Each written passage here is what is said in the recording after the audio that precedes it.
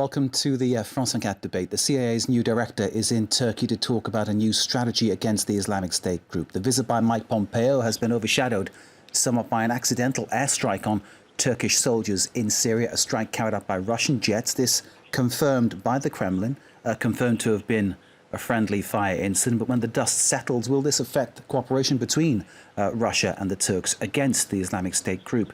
Russia and Turkey both backing Bashar al-Assad. The United States so far has been committed to Assad leaving power in Syria. Could that all change now Donald Trump's in the White House? Trump talking up, of course, warming relations with Vladimir Putin, recalibrating the Washington-Moscow dynamic. Well, the talks in Turkey could have a far-reaching impact on the Syria crisis, on the fight against the Islamic State group, and, of course, on the Russia-US relationship. Meanwhile, on the ground, the most pressing issue is the taking of the city of al-Bab. Those soldiers we spoke about killed in an airstrike near to al-Bab in Aleppo province. Assad's troops backed by Russia, Iran and Hezbollah on the brink, it's reported, of taking territory in the grip of the jihadists. So can the US coordinate with Turkey and, by extension, with Russia and Iran to focus on the fight to take Raqqa, the de facto capital of the Islamic State group? So where does Turkey stand?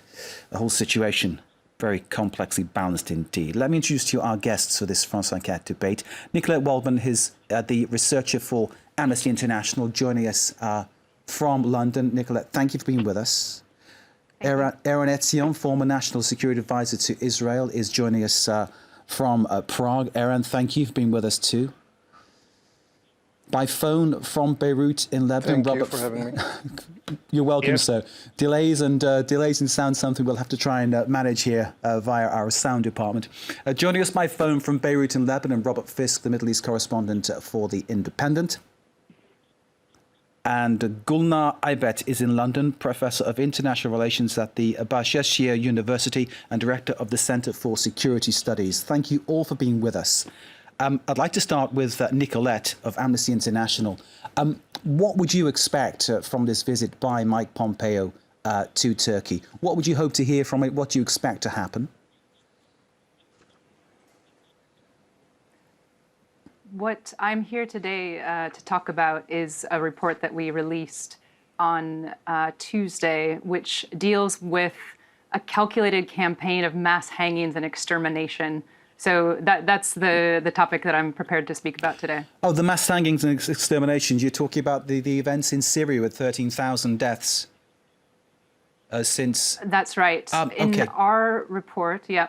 Okay, well, that's fine, that's fine. Will you expect some action from Mike Pompeo on this issue? I would hope some action, and ready to speak more about detainees. Okay, well, that's fine. Well, feel free to join in whenever we can. I'll bring in the other guests to get an instant reaction from them before we come back to you. Aaron Etzion, former National Security Advisor to Israel, joining us from Prague. The situation in Turkey, of course, is very finely balanced. And what happens, of course, there could affect very greatly what happens in the rest of the Middle East.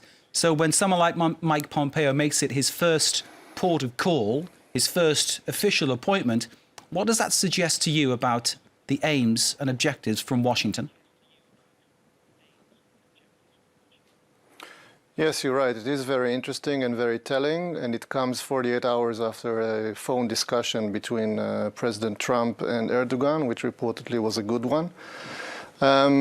Obviously, there are plenty of tensions and dilemmas for the US in the Middle East in general, and specifically in Syria. The first dilemma that they are facing and will face as we go along is with their relations, obviously, with Russia. It appears that Trump is intent on restarting relations between the US and Russia in a positive way. And he's going to get into various dilemmas because of Russia's interests and actions on the ground. That pertains to Turkey, because we all remember that the Russian-Turkish relations just saw a major crisis and a major recuperation from the crisis towards what appears to be now almost a perfect alignment of interests as far as Syria is concerned. And we're going to have to see to what extent the US will be able to maneuver between those conflicting powers. I would just say that as far as I can read the American interest in Syria, it is not going to be a major shift with respect to the Obama's policy in Syria, which by and large is a standoff approach. We're not going to see any major American involvement with Turkey or with Syria or with others. I believe we're going to see basically an allowance by Trump to mainly the Russians, the Iranians, and to some extent the Turks. He will allow them basically to divide, if you want, divide and conquer Syria between them, with the US playing a very modest role. If you want, it's going to be his version of staying behind and not even leading. That would be my forecast. So, Aaron, when Donald Trump talks about establishing humanitarian corridors, those kind of things, one might imagine you need to get troops on the ground to do that. Do you think this is just basically something that he said and won't actually happen? They're not going to be American. There won't be American troops? No, I think he's going to make... There won't be American troops. I'm convinced of that. There might be Turkish troops. There might be, you know, even Iranian troops, Syrian troops. They're not going to be American. The most of the boots on the ground that you're going to see that are made in America are going to be advisors, special forces, a lot like Obama. You're not going to see any major American presence in those corridors or elsewhere in Syria. Aaron Etzion, bear with us for a moment. I'll bring in some of our other guests. That's Aaron Etzion, the former National Security Advisor to Israel, speaking to us from Prague. Let's bring in from Beirut, Robert Fisk, a Middle East correspondent for The Independent. Robert, good evening to you. In terms of what you might expect to hear coming out of Ankara when Mr. Pompeo and President Erdogan sit down, are you expecting anything ground-shaking to arise? Well, what they're going to say is not what they're going to do. I think it's probably very bad news for the Kurds in northern Syria. Turkey would not be collaborating with the United States in any way if the Americans were holding out any hope for the Kurds, who've been their allies, of course, against ISIS in northern Syria, of having a statelet running along the Turkish border. It's probably very dangerous news for Fethullah Gulen, the man whom Erdogan wants returned from the United States. I don't think Obama would probably not send him back, but I don't think Trump would have the slightest hesitation in doing so. And labeling him an Islamist terrorist. So I think it's very bad news for him too. I don't think a single American is going to be sent into Syria, or they may be sent to Ankara to talk to the Turkish military. I do think that America wants control over whom Raqqa falls to.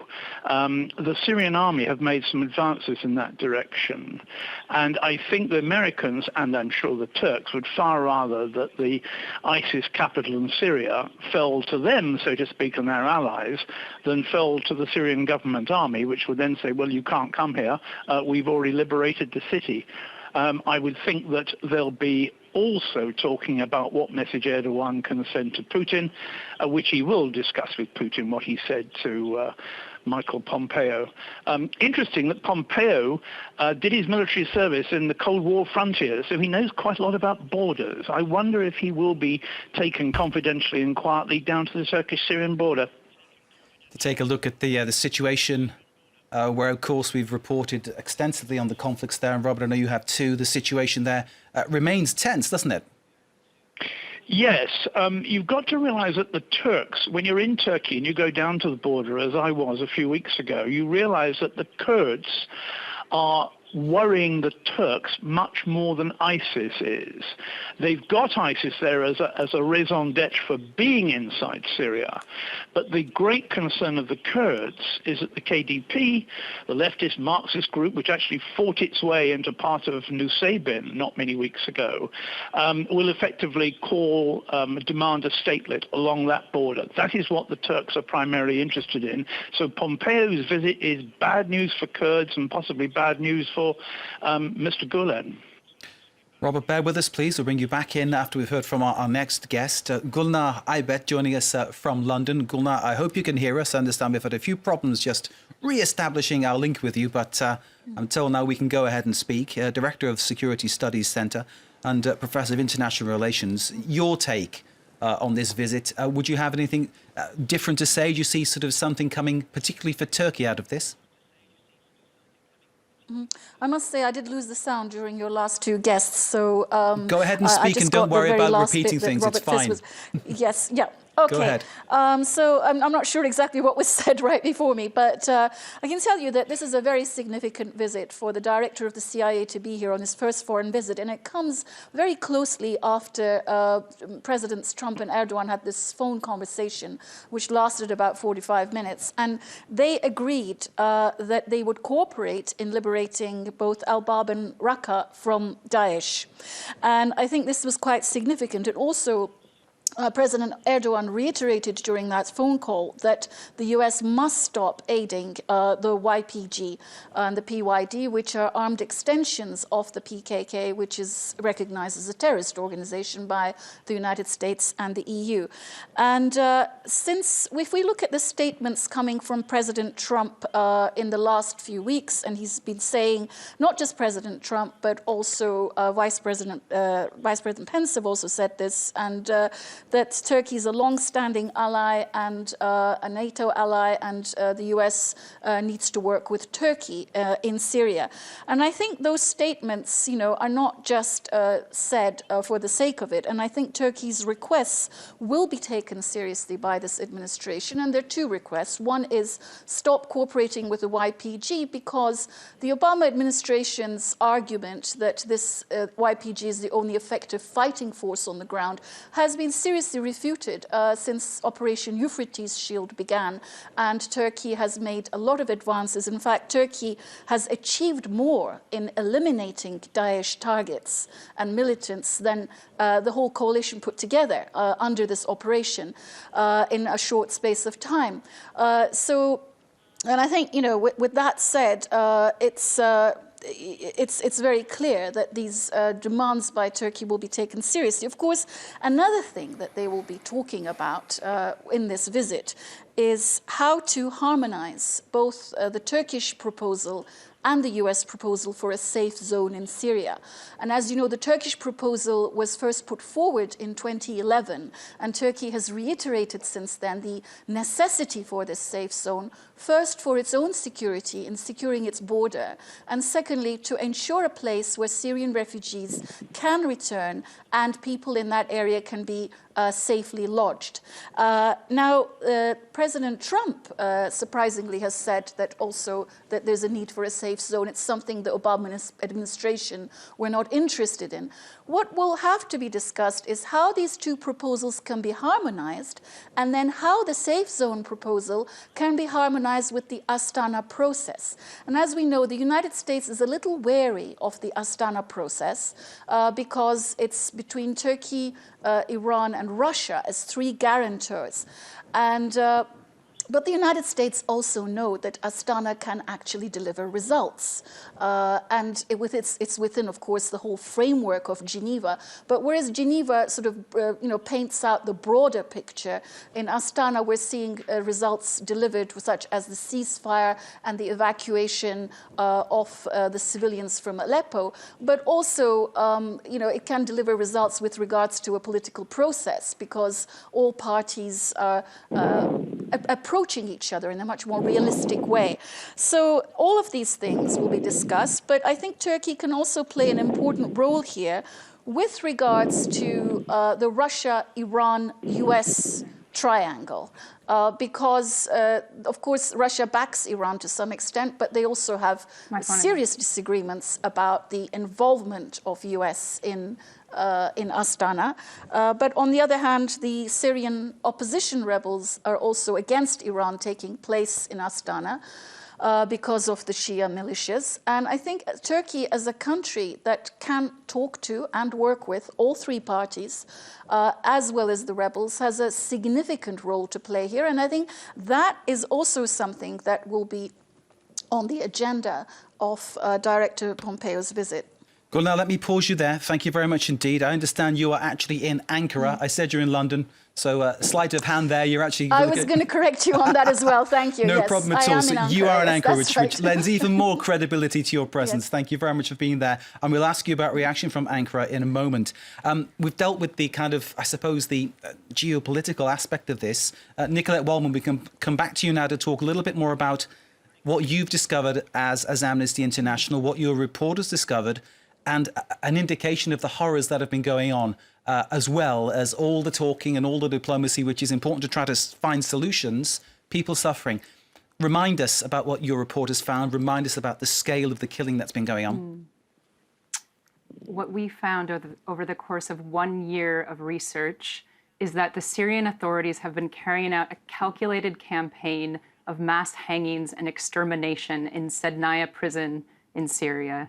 And basically, every week, and often twice a week, groups of up to 50 people are taken from their cells and taken over to another prison, another building on the grounds of the prison, and they are hanged to death. Before they are hanged, they undergo a 1 or 2 minute farcical procedure where the detainees are condemned to death. Not one of these detainees who are hanged is given anything that even has a semblance to a trial. And in the backdrop to this, the detainees are subjected to horrific conditions. And we have actually found that the Syrian authorities are deliberately inflicting repeated torture in combination with a systematic deprivation of food, water, medicine, and medical care, which is causing massive numbers of deaths. And the deaths that people are dying are horrible. They're dying of starvation, of thirst, of infections, and of completely treatable diseases. So we're really pushing the world to take notice to these abuses which take place behind closed doors, out of the access of international human rights monitors, and to bring this back up to be the top of the agenda. Because as you said, this affects tens of thousands of people who are detained, arrested, tortured, many of whom are then killed. And then to think about also their family members. All of these people are going to need some kind of sense of justice, accountability for what's been done.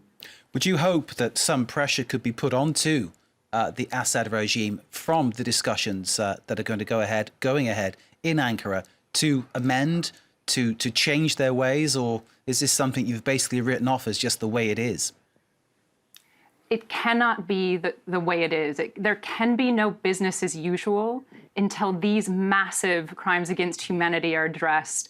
And as the numbers indicate, these are not small scale or sporadic, even isolated war crimes. These are widespread, systematic, continual crimes that we have found, and as well other human rights organizations have found, the United Nations have found, to be the crimes of murder, disappearance, torture, and now extermination in the prisons. So really, crimes of this scale have to be addressed, and there will be no just and sustainable peace until the international community addresses these abuses. And what we want to see first is a thorough and independent investigation into these abuses by the United Nations. And for that to happen, there has to be access to the prisons. The Syrian authorities have to open the doors and let in independent monitors and give them unfettered access. And this will allow us to get to the point where we can find and identify the perpetrators, identify exactly who is responsible for which crimes,